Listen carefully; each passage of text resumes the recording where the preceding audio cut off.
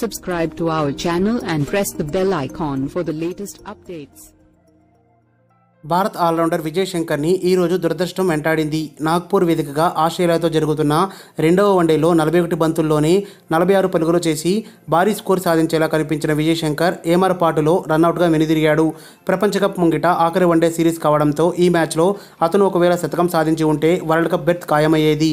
ఓపెనర్లు రోహిత్ శర్మ 6 బంతుల్లో 0, శిఖర్ ధావన్ 29 బంతుల్లో 21, అంబటి రాయుడు 32 బంతుల్లో 18 విఫలమైన వేళ క్రీజులోకి వచ్చిన విజయ్ శంకర్ ఆరంభం నుంచే ఆస్ట్రేలియా బౌలర్లపై ఎదురుదాడికి దిగాడు. కెప్టెన్ విరాట్ కోహ్లీ సైతం నెమ్మదిగా ఆడుతున్న తరుణంలో స్వేచ్ఛగా బ్యాట్ జలిపించిన విజయ్ శంకర్ మెరుగైన స్కోర్ చేసేలా కనిపించాడు. కానీ అతని బ్యాడ్ లక్ రన్అట్ రూపంలో వెంటాడింది. ఇన్నింగ్స్ 29వ ఓవర్ వేసిన ఆడమ్ జంపా బౌలింగ్లో విరాట్ కోహ్లీ స్ట్రైట్ డ్రైవ్ ఆడగా బంతిని అందుకునేందుకు జంపా ప్రయత్నించాడు. కానీ అతని చేతి వేళ్లను తాకిన బంతి నేరుగా వెళ్లి నాన్ స్ట్రైక్ ఎండ్లోని వికెట్లను తాకగా అప్పటికే క్రీజ్ వెలుపలికి వచ్చిన విజయ్ శంకర్ రన్అట్ అయ్యాడు. ఈ మ్యాచ్లో విరాట్ కోహ్లీ 120 బంతుల్లో 116 శతకం సాధించిన మిగిలిన టాప్ ఆర్డర్ బ్యాట్స్మెన్ చేతులెత్తేయడంతో టాస్ ఓడి తొలుత బ్యాటింగ్ చేసిన భారత జట్టు 48.2 ఓవర్లలోనే 250 పరుగులకి ఆలౌట్ అయింది.